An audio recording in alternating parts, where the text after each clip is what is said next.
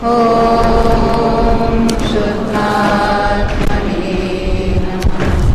त्रिभुवनसार पार गुण नायक नायक सन त्रिभुवन हितकारी नमो श्री अरहंत तीन भवन के मुकुटमणि गुणानंदमय शूर नमो सीत परमात्मा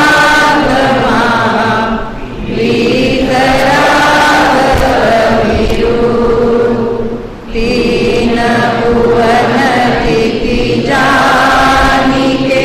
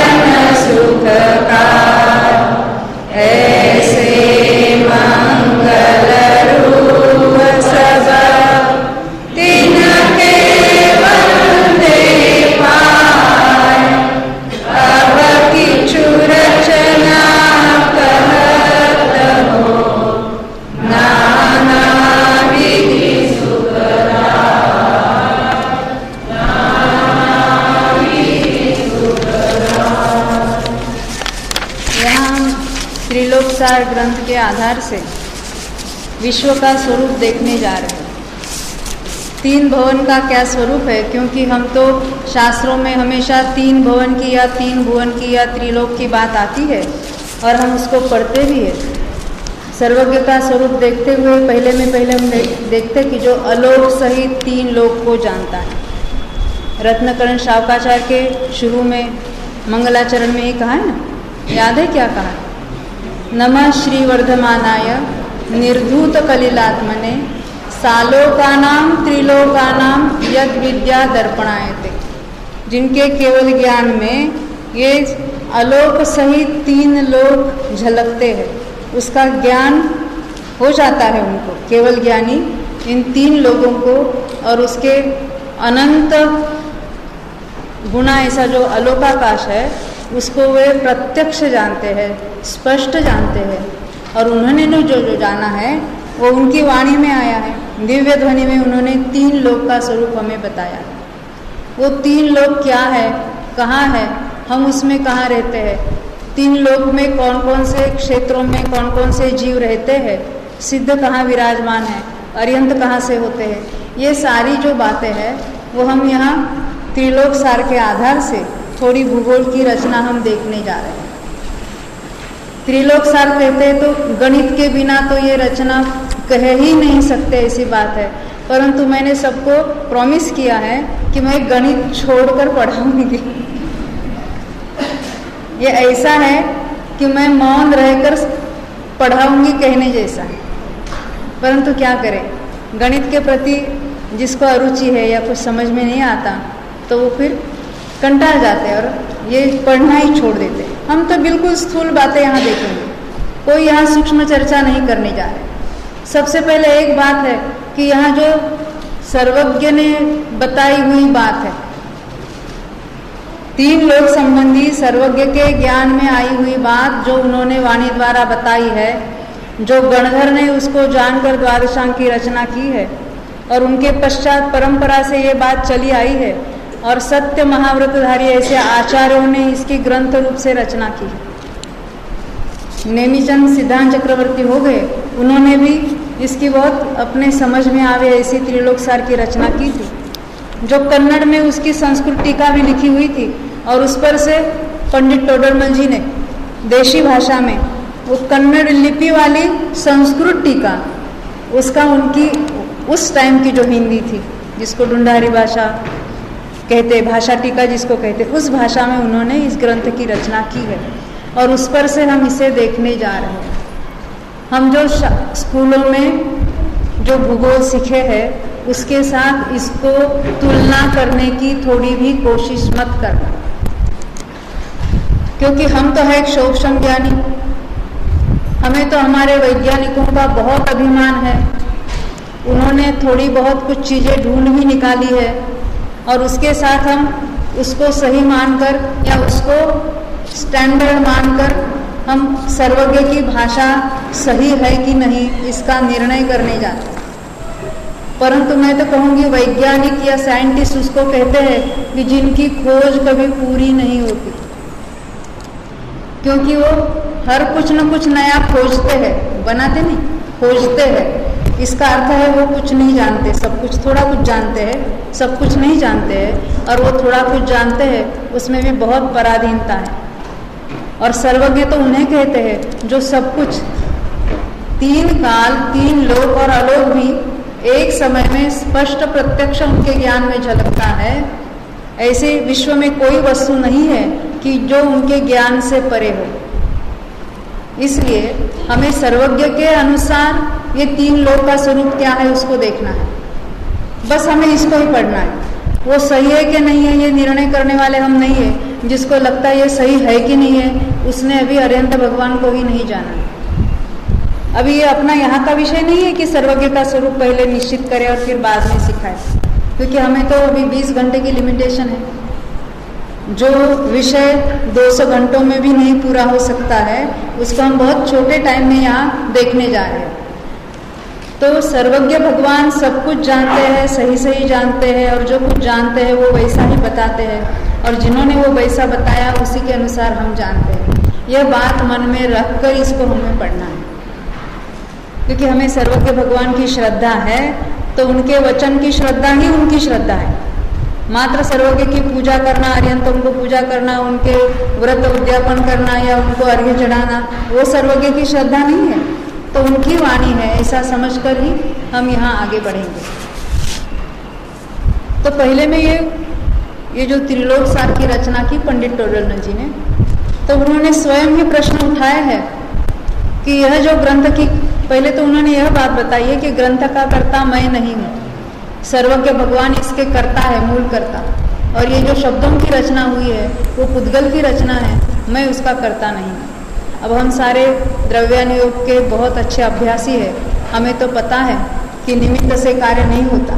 पुद्गल की रचना पुद्गल में उनके अपने से होती है। ग्रंथकार आचार्य कोई भी हो वो भी बताते हैं कि ये जो ग्रंथों की रचना है, शब्दों की रचना है, वो पुद्गल की रचना है, मैं उसका करता नहीं। फिर भी कहते कि मेरा उसमें उपयोग लगा है और मैंने अपने और पर के कल्याण के अर्थ इसकी रचना की थी। हमारे सबके मन में जो प्रश्न है वही अभी उन्होंने भी उठाया है, ये भूगोल जानने से आत्मा का क्या कल्याण होगा? आपको भी ऐसा लगा था ना? हमें तो अपने आत्मा का कल्याण है, हम त्रिकाली ध्रुव भगवान आत्मा है और उसी को जानते रहने से मोक्ष की प्राप्ति होने वाली है, ये हम सब जानते हैं। तो ये इसको क्यों जानना?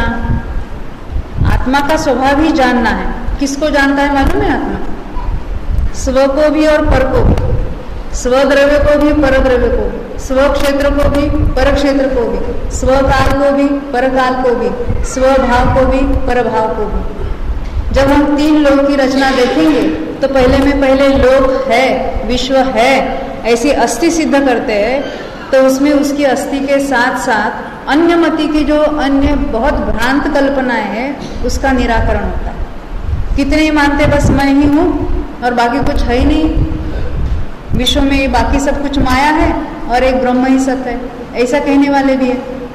और भी कहने वाले हैं कि इसकी रचना किसी ईश्वर ने की है, और भी कहते कि इसको धारण करने वाला कोई शेषनाग है और वो शेषनाग के ऊपर ये पृथ्वी को धारण किया है ना। बहुत सारी भ्रांत कल्पनाएं चलती हैं। लोक के बारे में, तो हमें अपना मत वहाँ लिखते समय आचार्य गाथा लिखते हैं तो उस एक ही गाथा में परमत का, अन्य मत का जो झूठा मत है, जो भ्रांत कल्पना है, उसका उसी के साथ निराकरण होता है।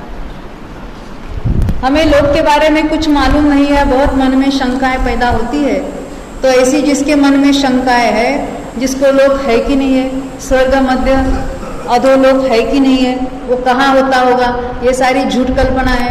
लोगों को पाप से हटाने के लिए ये सारे आचार्यों ने ऐसी झूठ कल्पना लिखी है। ऐसे बहुत सारे लोग लिखते हैं जिसको इन 3 लोक के आस्तिक्य का पता नहीं है, आस्तिक्य भाव उसमें जो नहीं है, यानी उसने आत्मा को भी सही नहीं जाना, ऐसा कहेंगे। क्यों? क्योंकि इनको जानने वाला कौन है? आत्मा ही तो इसको जानता है, सर्वज्ञ भगवान इसको जानते हैं।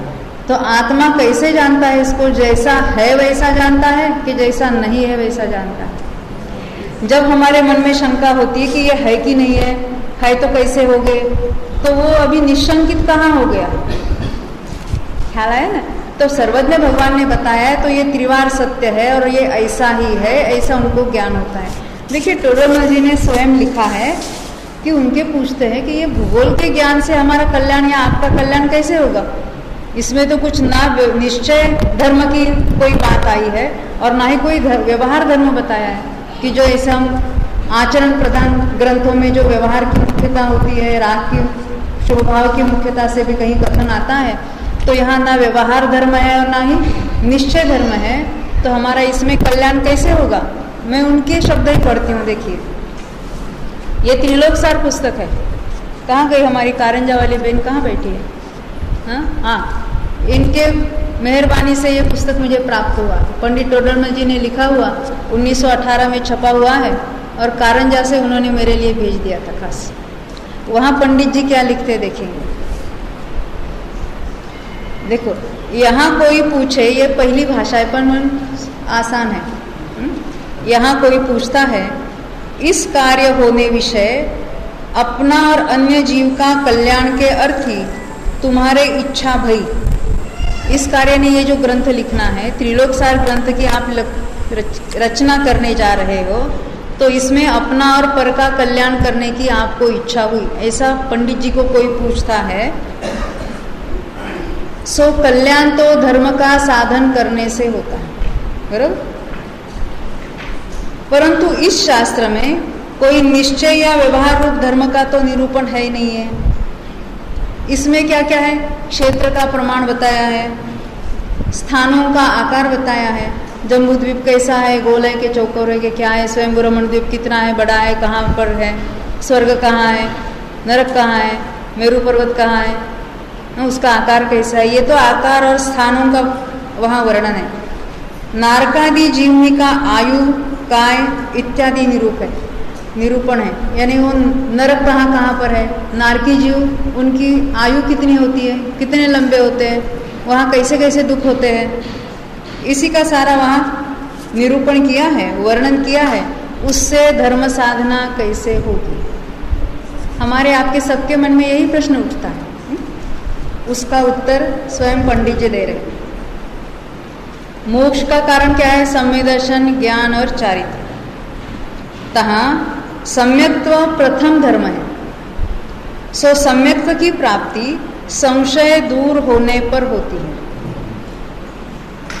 सो त्रिलोक का स्वरूप जाने यानी जानने पर अधो मध्य ऊर्ध्व में जो जो जीव जिन जिन स्थानों में जैसे जैसे पाए जाते हैं वैसे वैसे लोक की रचना कही है। इनमें अधोलोक कौन सा है, मध्य में क्या है, ऊर्ध्वलोक में कौन रहते, कहाँ कौन से जीव रहते, कैसी कैसी उनकी अवस्थाएं पाई जाती, इसका वर्णन आता है। सो सर्व जाने तब संदेह न रहे। इनको जानने पर उसके बारे में हमारे मन में कोई संदेह, कोई शंका, कोई प्रश्न नहीं रहते, हम निश्शंक हो जाते हैं उसके बारे में। और दूसरी बात क्या है? अन्यवादी यानी अन्यमति जो लोग हैं वो लोक का स्वरूप कल्पित वर्णन करें, अपने मन माने वैसे वो विश्व का स्वरूप है ऐसा कथन करते हैं।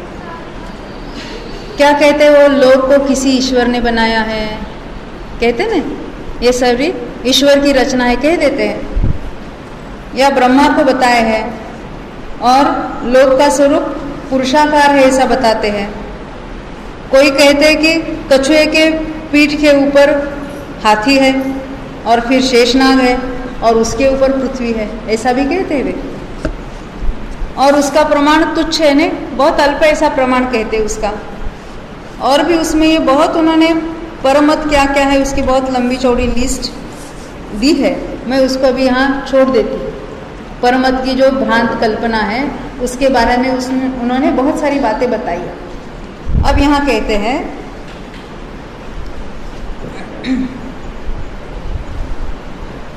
यहाँ कहते हैं कि जिन मत में त्रिलोक का जाने ते अन्य मत का कहा लोक का, वो पुण्य पाप रूप आश्रय बंध के फल नर्क स्वर्गादि कहे, तिनके विशेष को जाने वहाँ तिनते अभाव ते संवर ही जरा होई, ताका फल मोक्ष हो है।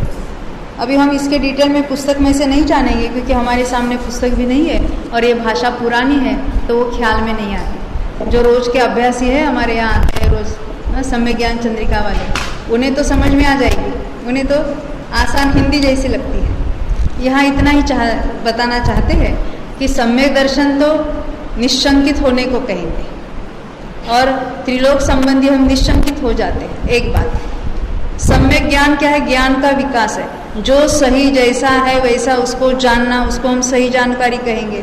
तो हम इस त्रिलोक की रचना को जानते हैं तो हमारा ज्ञान भी सही हो जाता है, ये दूसरी बात। और तीसरी बात सम्यक ज्ञान की बताते हैं तो सम्यक चारित्र जो है वो सराग और वीतराग ऐसे दो बातें उसमें आती हैं। अशुभ प्रवृत्ति छूटकर शुभ प्रवृत्ति होने पर सराग चारित्र कहेंगे वहाँ। और यहाँ इस शास्त्र में क्या जानने को मिलता है? अशुभ का फल क्या है, उसके कारण जीव कहाँ जन्मते हैं और कहाँ कैसे कैसे पाप भोगते हैं, उसका पाप का फल कैसे कैसे होता है, ये सारी बातें इसमें जानने को मिल जाती है। और शुभ का फल कहाँ होता है, कितना होता है, कैसे होता है, उसको भी हम जान सकते हैं। अब ये जो हम जान रहे हैं इसमें तो हमारा कोई प्रयोजन नहीं है, इसमें राग द्वेष होने की कोई बात नहीं है। त्रिलोक की रचना देखने में जैसे हमने किसी दूसरे का बंगला देखा तो हमें तो ऐसा होता है अरे अपना भी ऐसा हो तो कितना अच्छा, क्यों सुशीला बे? हाँ, आप हमें बंगला में लेके गए तो हमें क्या लगता है देवलाली में अपना भी ऐसा बंगला होना चाहिए, उसमें अपने राग द्वेष कुछ ना कुछ चलते, ख्याल है ना। पर यहाँ त्रिलोक की रचना में क्या लेना देना, कुछ नहीं। तो जो जैसा है वैसा हम जानते हैं, बिना राग द्वेष के जानते हैं। और एक बात आपको मालूम है, ये कार्तिकेय अनुप्रेक्षा आपने अभी निकाल के दी ना, इसमें किसका वर्णन है? अनुप्रेक्षा यानी 12 भावना। 12 भावना में एक नाम है लोक भावना। कहाँ है सोहम? सोहम को मालूम है ना 12 भावना? सोहम ये 4 साल का बच्चा है, 12 भावना सब बताएगा। तो ये 12 भावना में लोक भावना जो है, लोक अनुप्रेक्षा, ये सबसे बड़ा चैप्टर वही है। और ये अनुप्रेक्षा या 12 भावना का चिंतन कौन करते हैं मुख्य रूप से? मुनिराज। हाँ, समय दृष्टि भी करेंगे क्योंकि छड़ाला में तो पूरी एक ढाल ये 12 भावना की है। और उसमें क्या कहा है? वैराग्य उपावन माई, वैराग्य को उत्पन्न करने में माँ के सम्मान, उसकी जननी है, वैराग्य उत्पन्न करने वाली है 12 भावनाएं। तो ये लोक का चिंतन करके भी वैराग्य उत्पन्न करने वाली भावना है नहीं। यदि नहीं होती तो मुनिराज क्यों उसका चिंतन करते? तो मुनिराज को कुछ टाइम पास नहीं होता था, इसलिए इतने बड़े बड़े ग्रंथ लिखे उन्होंने। टोडरमल जी को मालूम नहीं था त्रिकाली ध्रुव आत्मा का चिंतन करना चाहिए, उन्होंने सम्यक ज्ञान चंद्रिका के 3 खंड लिखे और त्रिलोक सार लिखे, समोशरण की रचना लिखी। इतना सारा क्यों लिखा उन्होंने?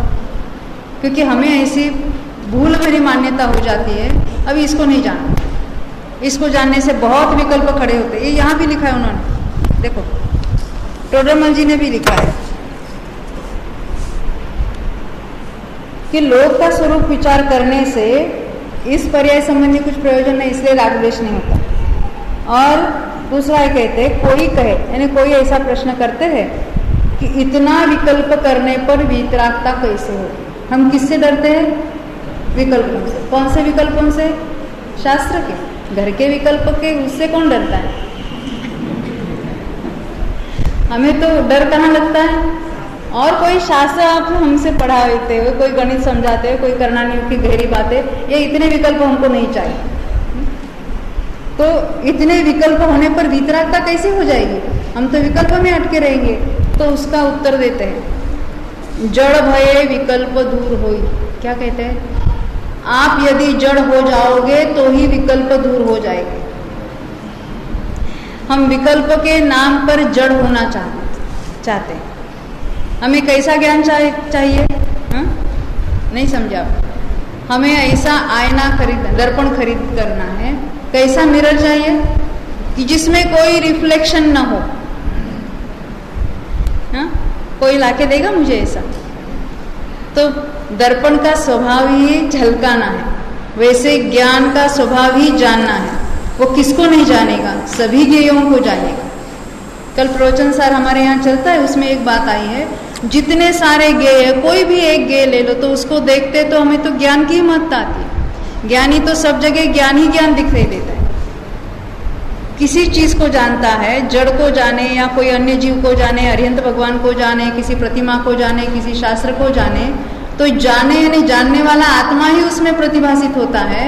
तो हमें वो जानने से कुछ डरने की बात नहीं है। राग सहित जानने से तकलीफ होती है। तकलीफ होती है नहीं? कर्मबंध भी होता है और उसमें जीव अटकता है। तो ज्ञान का स्वरूप तो सविकल्प है। वेदों सहित या सभी चीजों को जानना ही ज्ञान का स्वरूप है। काहू ज्ञेय को जाने ही गा, ताते ज्ञेय जानने के विकल्प तय वीतरागता का अभाव न हो। किसी ज्ञेय को जानने से वीतरागता का अभाव नहीं होता। उसमें यदि राग द्वेष पैदा हो जाए तो अपना नुकसान है, ख्याल है ना? तो जिनके राग द्वेष उपजते हैं, ऐसे विकल्पों से वीतरागता का अभाव होते हैं। इसलिए इस शास्त्र तय यानी इस शास्त्र के द्वारा सम्यक दर्शन, ज्ञान, चारित्र, धर्म की प्राप्ति हो है। यानी हमें डरने की बात नहीं है कि हमारे 20 घंटे फोकट चले जाएंगे। ख्याल है? अब इसमें और भी कुछ बहुत बातें हैं, परंतु हम उसके डिटेल में नहीं जाएंगे, क्योंकि अब हमें ऐसी अंदर से उत्साह है कि हम त्रिलोक संबंधी रचना को जानना शुरू करेंगे। तो हमने अभी देखा ही था कि ये जो लोकानुप्रेक्षा जो है, लोक अनुप्रेक्षा, लोक का जिसमें स्वरूप चिंतन किया जाता है, जिसको संस्थान विषय धर्म ध्यान भी कहते हैं, तो उसमें जो बात आई है उसको हम अभी देखने जा रहे हैं। लोकानुप्रेक्षा में भी लोकाकाश का स्वरूप देखते हैं। देखो, लोकाकाश किसको कहना और अलोकाकाश किसको कहना, उसकी पहले बात करते हैं। ये जो विश्व है उसमें एक संपूर्ण अखंड ऐसा एक आकाश द्रव्य है। कितना बड़ा है? तो अनंत अनंत अनंत अनंत अनंत अनंत प्रदेशी, अनंत राजू कहो, अनंत जो कुछ कहना है वो कहो, उसमें कोई लिमिट नहीं है। ऐसा अनंत एक आकाश है और उसके बिल्कुल सेंटर में, मध्य भाग में ऐसे इतने असंख्यात प्रदेश है कि जहाँ 6 द्रव्य पाए जाते हैं, यानी अन्य 5 द्रव्य पाए जाते हैं। आकाश तो एक द्रव्य है ही है। आकाश को छोड़कर अन्य जो 5 द्रव्य है वो उसके आकाश के सेंटर में विशिष्ट जगह में पाए जाते हैं। उतनी जगह को कहते हैं लोकाकाश। ये तो अपने बच्चों की बात है। लोक किसको कहना? तो 6 द्रव्यों के समूह को लोक कहना। ये विश्व किसे कहना है? तो 6 द्रव्यों के समूह को विश्व कहना। ये तो हम तो बिल्कुल बच्चों को भी सिखाते हैं और हम सीखे भी हैं। तो ये जो 6 द्रव्य है तो वो किस प्रकार पाए जाते हैं, या लोक का आकार कैसा है, उसकी हम यहाँ कुछ बातें देखने जा रहे हैं। तो है कितना बड़ा लोक? कहते तो है लोक। तो लोक यानी जहाँ अवलोकन किए जाते हैं, पाए जाते हैं, दिखाई देते हैं। क्या दिखाई देते हैं? 6 द्रव्य। अवलोकन शब्द या लोक्यते इति लोकः, लोक्यते यानी जहाँ दिखाई देते हैं, जहाँ 6 द्रव्य दिखाई देते हैं यानी पाए जाते हैं, उसको लोक ऐसा कहने में आता है। यानी लोक कहने से केवल लोकाकाश इतना ही अर्थ नहीं लेना। उस लोकाकाश में रहने वाले 6 द्रव्यों की बात वो लोक में गर्भित है। लोकानुप्रेक्षा में भी अकेला भूगोल नहीं है, उसमें जीवों की भी बहुत सारी बातें कहाँ कितने जीव रहते हैं, उनकी संख्या कितनी है, वो कैसे कैसे रहते हैं, कौन कौन से जीव कहाँ जन्म लेते हैं, कहाँ जन्म के कहाँ चले जाते हैं मरकर, कौन कहाँ जा सकता है, कौन निर्वाण पा सकता है, यदि बहुत सारी बातें उसमें है जो हम क्रम से थोड़ी थोड़ी देखने जा रहे हैं। तो ये जो लोक का स्वरूप, विश्व का स्वरूप अभी हम देखने जा रहे हैं, क्योंकि हमें तो थोड़ी उत्सुकता होनी चाहिए ना। जैसे हमारा कोई जन्म स्थान है, बर्थ प्लेस, तो हमारी उत्सुकता होती कि जाके देखे तो सही। क्यों लक्ष्मी बहन, आपको होती है ना? हाँ। तो हमें भी उत्सुकता है, हम अभी है तो अनादि से है कि नहीं है? अनादिकाल पहले भी थे, जन्म मरण जन्म मरण जन्म मरण जन्म मरण कितने बार किया? अनंतानंत बार करते ही आए हैं। तो हमने कहाँ कहाँ जन्म और मरण किया? ऐसा हमने जिनेंद्र भगवान को पूछा तो उन्होंने ये पूरा ही लोक बता दिया। ये पूरे लोक में एक प्रदेश भी ऐसा नहीं है। अब ये प्रदेश क्या होता है, राजू क्या होता है, योजन क्या होता है, उसको देखेंगे। तो एक इतनी जगह भी ऐसी नहीं है पिन पॉइंट कि जहां हमने अनंत बार जन्म और अनंत बार मरण न किया। तो ये हमारा जन्म सन बर्थ प्लेस देखने जा रहे हैं। क्षेत्र परिवर्तन आपने नाम सुना होगा, कहाँ कहाँ हमने जन्म मरण किया है, वो पूरा ही लोक। और वो क्रम से एक एक प्रदेश में हम जन्मे थे। हो ऐसा नहीं कि आज यहाँ जन्मे, कल वहाँ जन्मे, परसों वहाँ जन्मे, यानी एक एक भाव में और सबको मिलकर लोक की हमने पूरा किया, ऐसा नहीं है। एक एक प्रदेश पर हम क्रम से जन्मे हैं। तब अगर गिनेंगे तो पूरा लोक हमने एक एक क्रम से एक एक प्रदेश में हम जन्मे हैं। और ऐसा एक बार हो जाता है तो ऐसा क्षेत्र परिवर्तन किया है, और ऐसे हम अनंत क्षेत्र परिवर्तन करके आए। मिथ्या दृष्टि अवस्था में हम अनादि से है तो हम कहाँ कहाँ थे और कहाँ कहाँ जन्म मरण कर रहे हैं, इसकी ये बात बताने वाला लोक का स्वरूप हम देखने जा रहे हैं। क्या ले? हमें थोड़ा एहसास तो हो तो हम यहाँ इतना जन्म मरण करके आए हैं और इसमें से छूटने का कोई मार्ग तो होगा कि नहीं, जो ज्ञानियों ने बताया है, और जिसको अपना कर हम सिद्ध भगवान हो जाएंगे। तो सिद्ध भगवान होने के बाद कहाँ जीव विराजमान होते हैं उसको भी देखने जा रहे हैं। ख्याल है? तो ये जो हमको इन्फॉर्मेशन लेना है, हम कहीं जाते हैं तो पहले वहाँ जाने की सारी इन्फॉर्मेशन भी देखते हैं।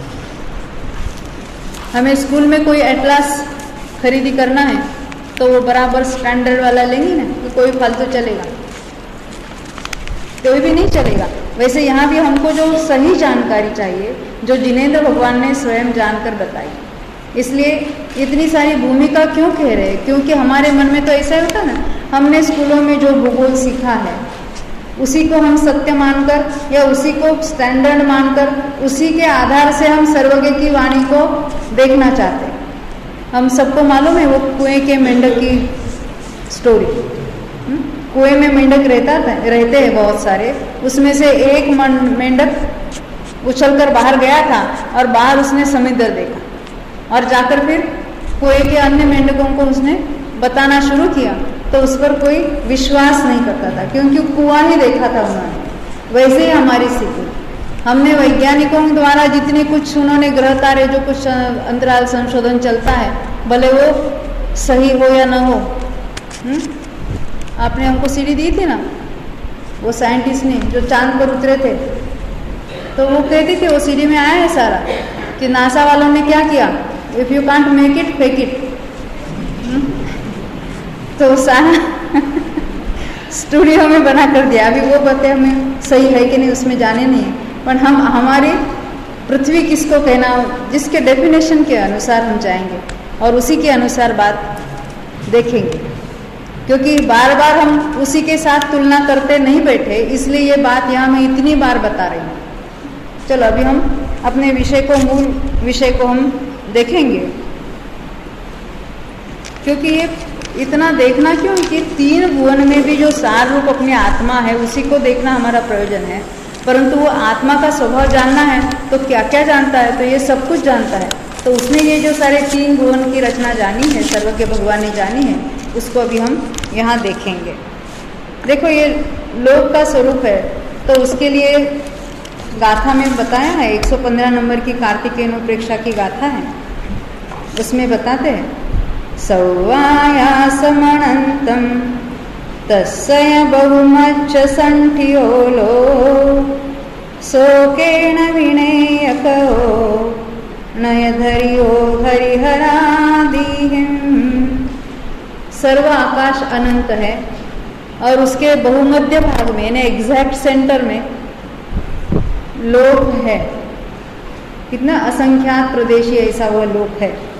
वो किसी ने ही बनाया नहीं है और किसी ने भी उसको धारण नहीं किया है और ना ही उसका रक्षण करता कोई। अन्यमति जो हरिहरादि जीवों ने उसका धारण किया है ऐसा जो कहते हैं, ऐसी कोई बात नहीं है। देखो, ये आकाश का जो सेंटर है, मध्य है, और लोकाकाश का जो मध्य है वो एक ही है। वो एक पॉइंट नहीं हो सकता। आपने शायद सुना होगा लोकाकाश के मध्य के 8 प्रदेश होते हैं। आप कहेंगे 8 प्रदेश क्यों, एक प्रदेश क्यों नहीं कहा? आपको प्रश्न होता है ना, लोकाकाश के मध्य में 8 प्रदेश क्यों कहे हैं? उसका एक सिंगल प्रदेश कहना था ना, मध्य बिंदु निकालना था। तो कहते कोई भी समसंख्या है तो उसका अगर मध्य निकालना है तो कितने हो गए? जैसे 10 संख्या है, हमने 10 उंगलियां बताई आपको, इसमें हमको मध्य की उंगली कौन सी है मेरी इसमें से? तो दोनों अंगूठे मेरे मध्य में है ना, तो 2 को पकड़ना पड़ेगा। ये तो एक स्तर पर हुआ। ऐसे लोकाकाश 3 स्तर वाला है ना, 3 डायमेंशन है। हमें जो लोकाकाश का जो नक्शा हम देखते हैं और बीच में हाथ है और नीचे परस्परोपग्रहो जीवा नाम लिखा है, हमको लगता है ऐसा ही लोकाकाश होगा, ऐसा ही बीच में कोई आशीर्वाद देने वाला हाथ होगा अपने को। तो ये 3 डायमेंशन वाला है। उसको हाइट भी है, ऊंचाई भी है, उसको पूर्व पश्चिम ऐसी रुंदी मोटाई भी है और दक्षिण उत्तर भी वो फैला हुआ है। वो कैसे फैला है उसको हम देखेंगे। तो यहाँ कहते हैं कि अन्यमति जो ब्रह्मा ने रचना की है, ब्रह्मा ने उसको धारण किया है, विष्णु उसका रक्षण करता है और महेश उसका नाश करता है, विष्णु ने उसको शेषनाग पर बैठा है, ऐसी ऐसी वो भ्रांत कल्पना वो है ही नहीं है। अब कहते हैं आगे,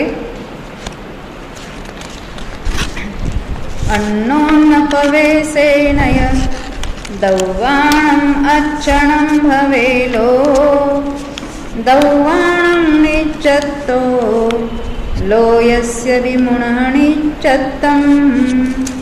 ये जो सारा लोकाकाश है, देखो इसका थोड़ा आकार देखते हैं। ये सारे हम रचना बाद में बहुत विस्तार से देखने वाले। ये जो लोकाकाश है, ये जो यहाँ 3 डायमेंशनल दिखाया। हमेशा जो पुस्तकों पर या कहीं पर चित्र आते हैं तो इतना ही चित्र आप हमेशा देखते हैं। यहाँ देखिए, ये जो फ्रंट व्यू जिसको कहेंगे, तो ऐसे ही हमको देखने की आदत है और इसी में सारे नरक और स्वर्ग दिखाए जाते हैं, इसी में लोक नारी ये त्रसनाली दिखाई देते हैं। ऐसी तो हमें ऐसे लगता है वो फ्लैट ही होगा, परंतु ऐसा नहीं है। ये तो उसकी ऊपर से नीचे तक उसको हम हाइट यानी ऊंचाई कहेंगे, जो 14 राजू है। अब राजू क्या है उसको थोड़ी देर के बाद देखेंगे, पहले सुनेंगे तो सही, नहीं तो राजू का प्रमाण सुनकर अभी सब भाग जाएंगे। और मैं कोई विस्तार से नहीं पढ़ाने वाली, बस बिल्कुल स्थूल दृष्टि से उसका वर्णन करूँगी। तो ये 14 राजू ऊंचाई वाला ऐसा लोकाकाश है और उसके ऐसी विड्थ कितनी है, ऐसे रुंदी कितनी है उसकी, तो सबसे नीचे है 7 राजू।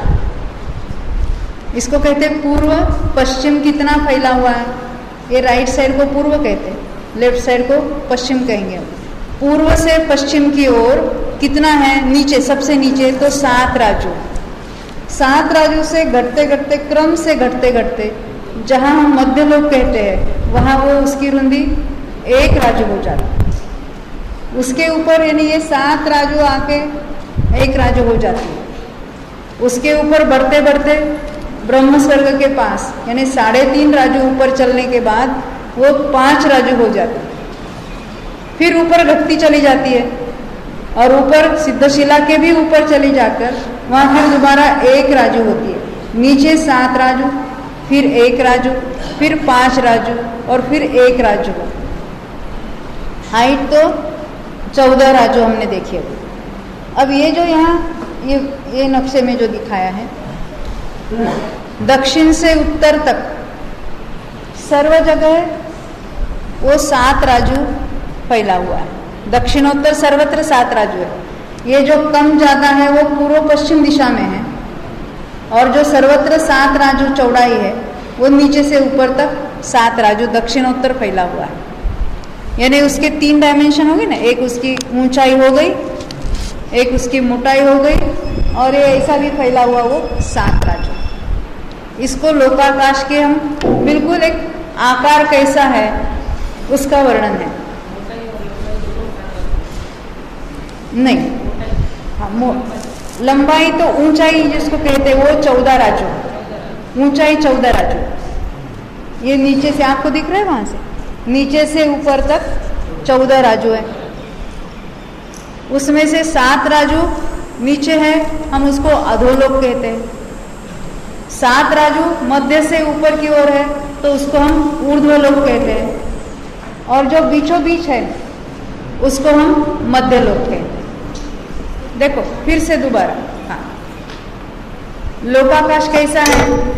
तो जैसे जिसको कहते हैं ना हम घन स्वरूप है, फ्लैट नहीं है, एक कागज के पेपर जैसा फ्लैट नहीं है, बराबर? ये पुस्तक जैसा ऐसा चौकोर भी नहीं है। तो कैसा है?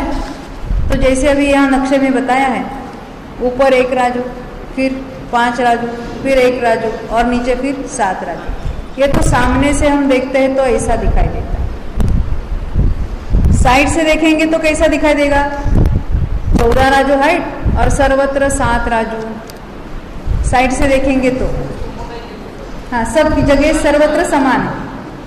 जैसे हम कोई क्यूब देखते हैं, ये इसको हम देखेंगे, साइड से सर्वत्र इक्वल है ना, समान है ऊपर से नीचे तक। तो साइड से देखेंगे तो 7 राजू चौड़ा और 14 राजू हाइट उसकी, और सामने से देखेंगे तो ऊपर कम, फिर ज़्यादा, फिर कम, फिर ज़्यादा। जो हम लोकाकाश का नक्शा हम देख चुके हैं, हर समय देखते हैं कहीं ना कहीं छपा हुआ, वो ये सामने वाला फ्रंट व्यू है। परंतु लोकाकाश तो ऐसा घन स्वरूप है। तो घन है तो उसका घनफल भी हम निकाल सकते हैं। आप घर लेने जाते हैं तो आपका घर कितना बड़ा है, तो आप किस में कहते हैं? Square foot. हाँ, ऐसा नहीं कहते कि 20 फुट वाला मेरा घर है। फुटे तो उसको तो कोई चौड़ाई भी होगी ना, तो उसको आपस में गुना करके आप क्षेत्रफल कहते हैं, बराबर? वहाँ तो क्षेत्रफल कहते हैं। रूम की हाइट से अगर उसको गुना करेंगे तो घनफल हो जाएगा। तो हमें अभी तीनों डायमेंशन जो है उसको गुना करेंगे तो लोकाकाश का घनफल मिल जाएगा।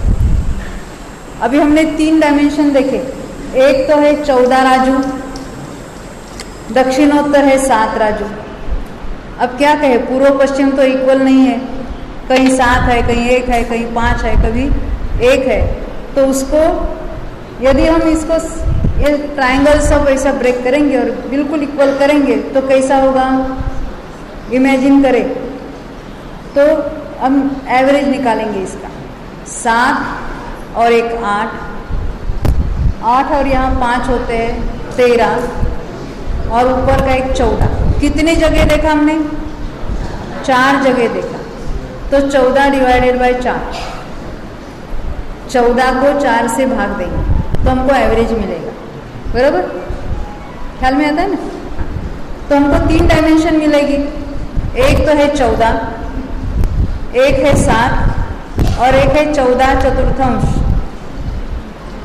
वो नीचे का जो 4 छेद है उससे हम दोनों 14 को भाग देंगे तो वो दोनों 2 उसके साथ जाएंगे तो हम 7 हो जाएंगे।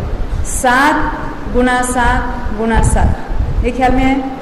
तो 343 घनराजु हो जाता, जो हमने शास्त्र में भी बहुत बार पढ़ा है कि लोकाकाश का घनफल कितना है? 343 घनराजु। घनराजु हो, ये राजु बहुत बड़ा माप है जिसको असंख्यात योजन होते हैं एक राजु में। और एक योजन कितना बड़ा होता है मालूम है आपको? सामान्य जो योजन है उसमें तो 4 कोस होते हैं, वो सामान्य योजन है। परंतु ये जो माप बताए जाते हैं वो महायोजनों में बताते हैं, तो वो 500 गुना होते हैं। तो 4 कोस को हम 500 गुना करेंगे तो एक योजन में 2000 कोस यानी 4000 मैल होते हैं एक योजन में। और ऐसे असंख्यात योजन होते एक राजू, जिसकी हम कल्पना नहीं कर सकते, क्योंकि हमारे पास ऐसे कोई माप नहीं है कि हम जिसको बता सकेंगे कि राजू क्या होता है। हम तो आजकल के जो विमान निकले हैं, जो कोई अवकाश यान निकले हैं, या इतने या हम कहते हैं इतने प्रकाश वर्ष है, सूर्य का किरण सूरज से निकलकर पृथ्वी पर आने में कितना टाइम लगता है? 8 मिनट लगते हैं। तो हम कहते हैं वो हमारे से कितना दूर है? तो कहते हैं 8 प्रकाश मिनट दूर है, बराबर। और हम त्रिलोक साल में देखते हैं कितना दूर है, तो कहेंगे 800 योजन दूर है। ख्याल आएगा? तो ये योजन इतने बड़े होते हैं, योजन और राजू इतने बड़े होते हैं। तो हमने ये तो उसका कितना घनफल होता है वो बिल्कुल स्थूल अपेक्षा यहाँ चर्चा की। 343 घन राजू, उसमें भेद 3 देखे। मध्यलोक से ऊपर 7 राजू जो है,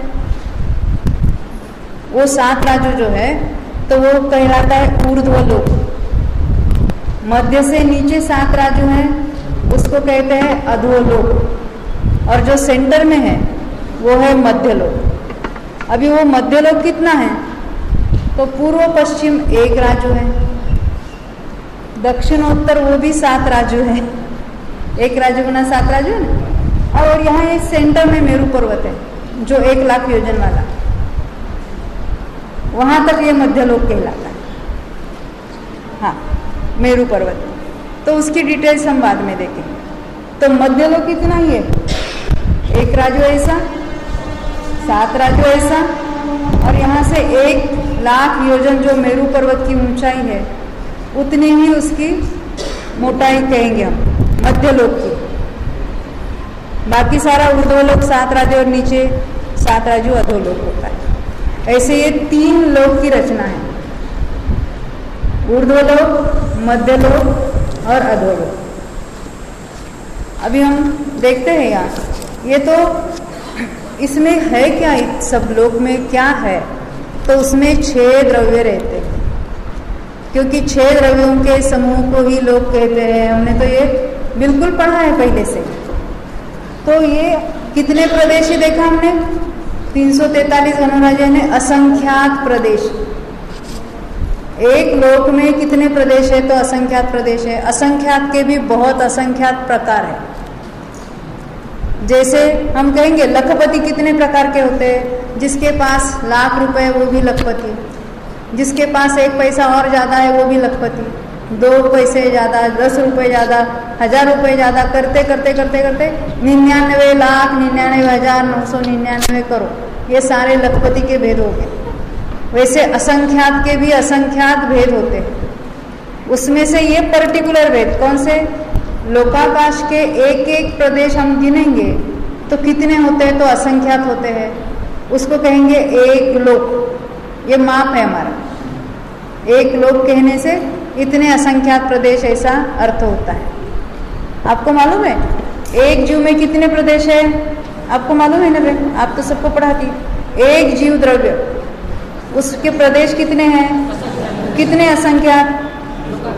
हाँ, यानी हमारे प्रदेश कितने? 343 घन राजू पूरे फैलेंगे तो पूरे लोक में फैलेंगे। ऐसा कोई जीव मालूम है आपको जो जिसके प्रदेश पूरे? केवली समुद्रघात। केवली समुद्रघात होता है लोक पूरण का, तो एक जीव के प्रदेश इतने सारे फैलते हैं। इसका अर्थ क्या है? प्रत्येक जीव में उतने ही प्रदेश है।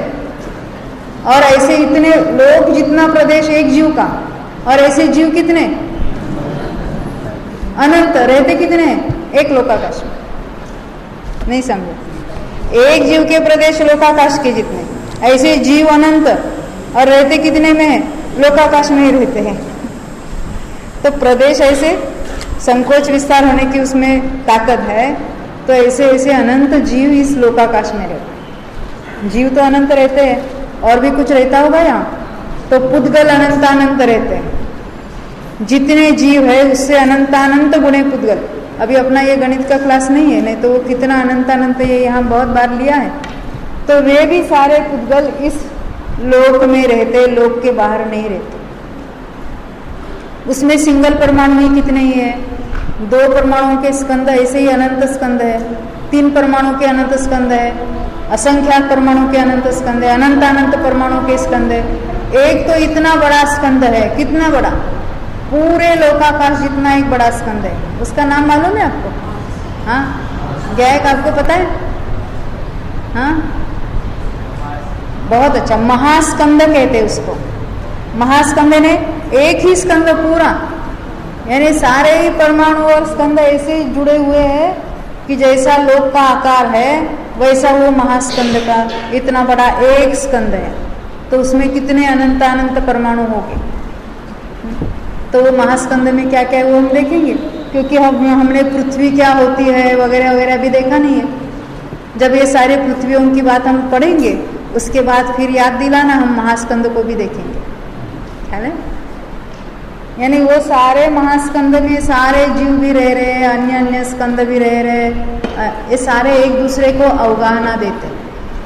आकाश द्रव्य तो सर्वजीवों को अवगाहना, सर्वद्रव्यों को अवगाहना देता ही देता है, परंतु सभी द्रव्य भी एक दूसरे में ऐसे सुपर इम्पोज है, अवगाहना देते हैं। फिर भी प्रत्येक द्रव्य अपने अपने सत्ता में, ये पूरा ऐसा एक अलोक, ये लोकाकाश जितना ही पूरा ही एक धर्म द्रव्य है, इतना ही बड़ा एक अधर्म द्रव्य है।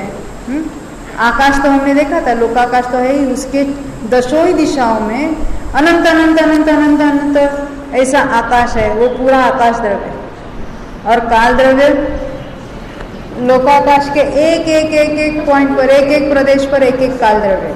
तो जितने प्रदेश लोक में है उतने ही काल द्रव्य है। असंख्यात संख्या में हो, एक एक प्रदेश ही असंख्यात काल द्रव्य है। अब कोई कहेंगे ये लोग, इसका आकार कुछ फैलता होगा ना, बदलता होगा, कभी राउंड होता होगा, कभी ट्रायंगुलर होता होगा, तो कभी नहीं होता। जैसा इसका आकार है अनादि से ऐसा ही है। तो क्या लोकाकाश में कोई परिवर्तन नहीं होता? तो होता है, क्योंकि लोक काहे से बना है? 6 द्रव्यों के समूह से बना है। और क्या द्रव्य जैसे नित्य है इसलिए लोक भी नित्य है, और द्रव्य परिणमनशील है इसलिए लोक भी परिणमनशील है। तो लोक कहने से यहाँ 6 द्रव्यों को ही ले लेना है। फिर भी हम यहाँ कुछ भौगोलिक रचना देखने जा रहे हैं, उस अपेक्षा से हम विशेष बात करेंगे। ये और भी बहुत बातें यहाँ लिखी है कि ये सारे परिणमन वगैरह करते हैं, इसलिए उसको भी परिणमनशील कह दिया। अब ये सारे ही, इसमें एक बात हम देखेंगे अभी लोक में क्या क्या है। अभी हमने ये जो लोक का नक्शा देखा है उसमें अधो, मध्य और ऊर्ध्व 3 लोक देखे। त्रसनाली ऐसा आपने शब्द बहुत बार सुना होगा। ये त्रसनाली क्या होता है कि जहाँ त्रस जीव रहते हैं, हमने देखे अनंत जीव इस विश्व में रहते हैं। तो अनंत जीव कहाँ रहते? तो पूरे लोक में रहते हैं। परंतु पूरे लोक में तो ये त्रस जीव, त्रस किसको कहना पहले उसको हम देखें। आपको पता है त्रस किसको कहना? हाँ, अच्छा, आप कहते जो हलन चलन कर सके उसको। हाँ, आप इंद्रियों के बारे में बोलो ना। हाँ, द्विंद्रिय, तीन्द्रिय, चतुरिंद्रिय और पंचेंद्रिय जीवों को त्रस जीव कहते हैं, क्योंकि उनके त्रस नाम कर्म का उदय पाया जाता है। जो एकेंद्रिय 5 प्रकार के स्थावर है, पृथ्वी का एक, जल का एक, वायु का एक, अग्नि का एक और वनस्पति का एक, इनको स्थावर जीव कहते हैं, एकेंद्रिय जीव कहते हैं। तो एकेंद्रिय जीव तो पूरे लोक में रहते। कहाँ रहते? पूरे 343 घनराजु उनका रहने का ठिकाना है, एकेंद्रिय जीवों का। कौन से एकेंद्रिय जीवों का? सभी एकेंद्रिय जीवों का। उसमें भी सूक्ष्म की मुख्यता है, वो सूक्ष्म बादर की बात हम बाद में करेंगे। तो ये पूरे ही लोक में 5 ही प्रकार के एकेंद्रिय जीव रहते हैं, ठसाठस भरे हुए। तो ये त्रस जीव कहाँ रहते हैं? तो त्रस जीव त्रस नाली में पाए जाते हैं। तो ये त्रस नाली क्या है? तो त्रस नाली ऐसी है जो 14 राजू ऊंचाई वाली है। अभी हमने देखा था पूर्व पश्चिम 1 राजू है, और दक्षिणोत्तर 7 राज्यों हैं। उसमें से ठीक बीचों बीच अगर ऊपर से टॉप से देखेंगे, हम लोकाकाश के बाहर नहीं जा सकते हो, परंतु केवल ज्ञानी सब ओर से देख सकते हैं। तो टॉप से देखेंगे तो बीच वाला एक राजू ऐसा और एक राजू ऐसा, पूर्व पश्चिम एक राजू, दक्षिणोत्तर एक राजू, चौकोर। आपने पूछा ना, गोल होती है कि चौकोर होती है? चौकोर होती है।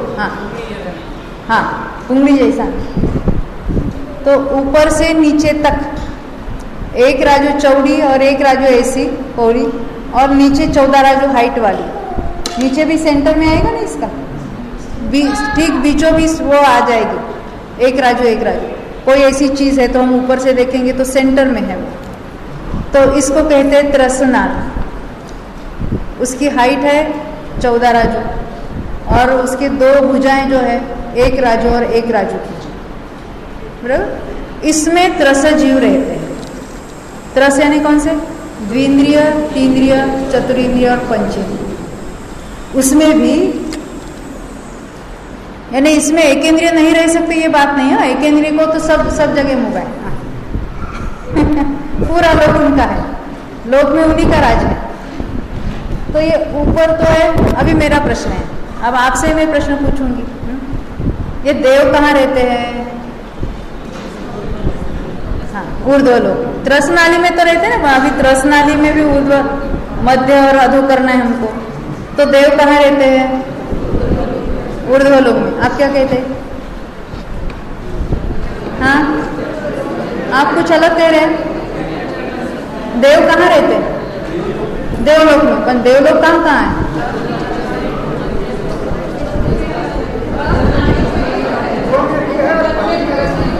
ठीक है, अभी मैं ही बताती हूँ, चलो। हाँ, देव तो अधोलोक में भी रहते हैं, मध्यलोक में भी रहते हैं और ऊर्ध्वलोक में भी। क्योंकि हमने देखा है ना, हम अकृत्रिम चैत्यालयों की पूजा करते हैं तो पहले अधोलोक के 7 करोड़ 72 लाख ऐसे गाते हैं ना बहुत।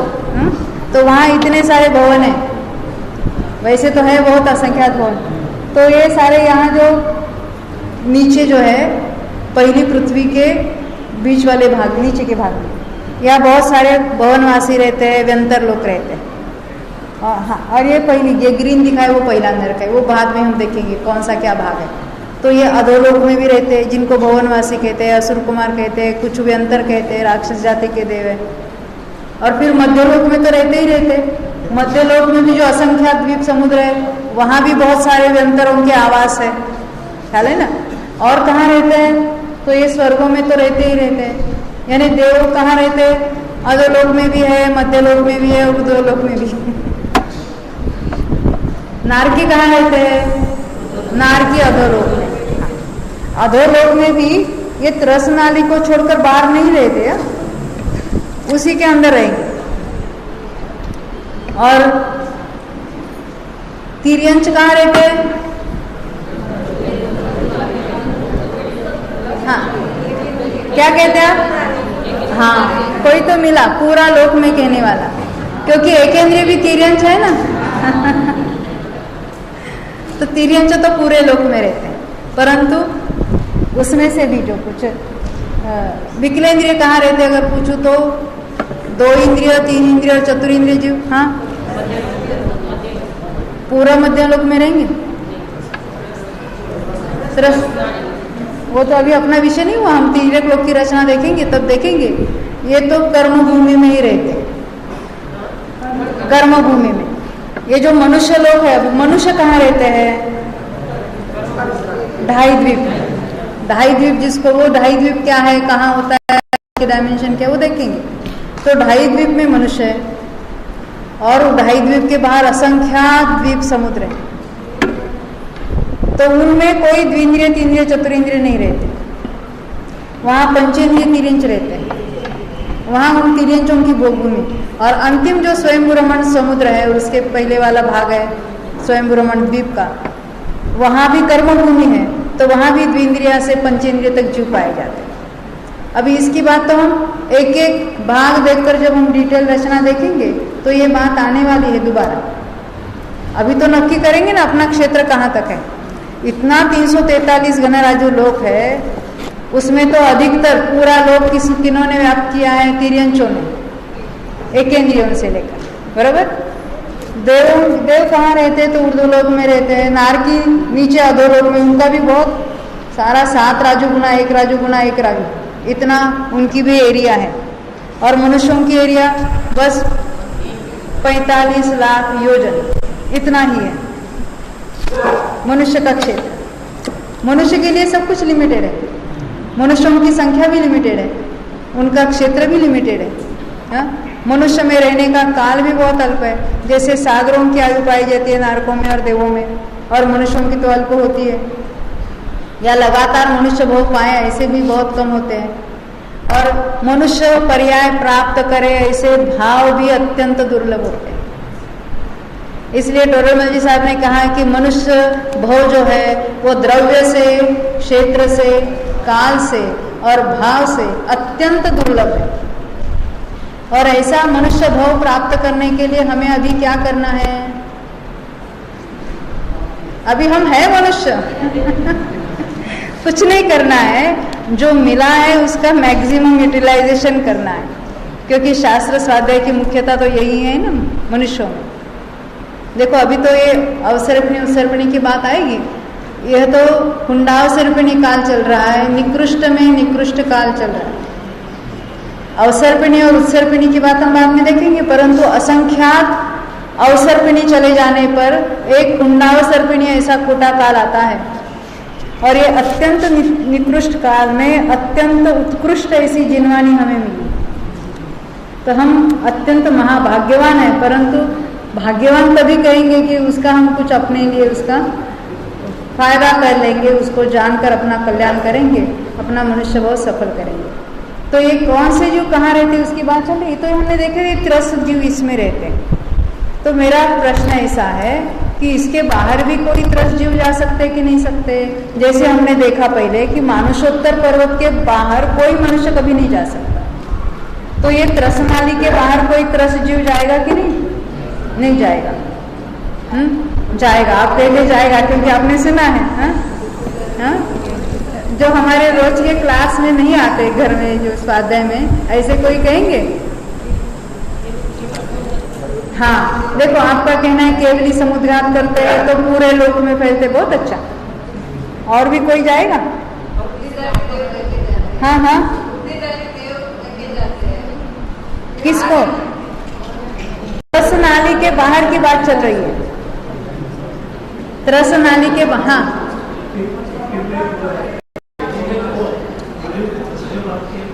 बहुत अच्छा। देखिए आपका ऐसा कहना है, आप कह नहीं पाए। अभी कोई जीव यहाँ एकेंद्रिय वाला है, यहाँ रहता है जो त्रस नाली के बाहर है।